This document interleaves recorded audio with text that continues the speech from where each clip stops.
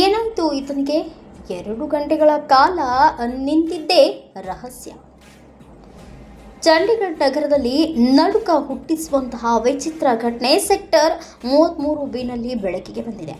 Blinkit delivery ಸಿಬ್ಬಂದಿಯೊಬ್ಬರು ಸುಮಾರು 2 ಗಂಟೆಗಳ ಕಾಲ ಯಾವುದೇ ಚಲನೆ ಇಲ್ಲದೆ ಬಾಯಲ್ಲಿ ಸಿಗರೇಟು ಹಿಡಿದು ಒಂದೇ ದಿಕ್ಕಿನಲ್ಲಿ ನೋಡ್ತಾ ನಿಂತಿದ್ದ ದೃಶ್ಯ ಸ್ಥಳೀಯರನ್ನ ಬೆಚ್ಚಿಬೀಳಿಸಿದೆ. ಝೋಂಬಿ ನಿಂತ ವ್ಯಕ್ತಿ ಪ್ರತ್ಯಕ್ಷದರ್ಶಿಗಳ ಪ್ರಕಾರ ಆತನಲ್ಲೇ ಯಾವುದೇ ಪ್ರತಿಕ್ರಿಯೆ ಕಾಣಿಸದೆ ಸಂಪೂರ್ಣವಾಗಿ ಸ್ತಬ್ಧ ಸ್ಥಿತಿಯಲ್ಲಿ ನಿಂತಿದ್ದ.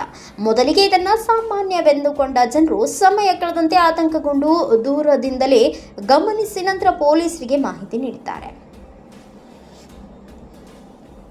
ಫೆಂಟನಿಲ್ ಶಂಕೆ, ಆದರೆ ದೃಢೀಕರಣ ಇಲ್ಲ. ಈ ಘಟನೆ ಸಾಮಾಜಿಕ ಜಾಲತಾಣಗಳಲ್ಲಿ ವೈರಲ್ ಆಗುತ್ತಿದ್ದಂತೆ ಅಪಾಯಕಾರಿ ಮಾದಕ ವಸ್ತು ಫೆಂಟನಿಲ್ ಪರಿಣಾಮ ಇರಬಹುದು ಎಂಬ ಶಂಕೆ ವ್ಯಕ್ತವಾಗಿದೆ.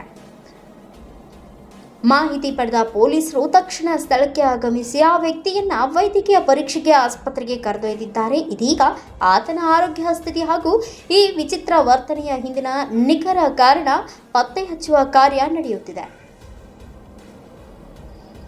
Bureau report, Kannada Janashri news.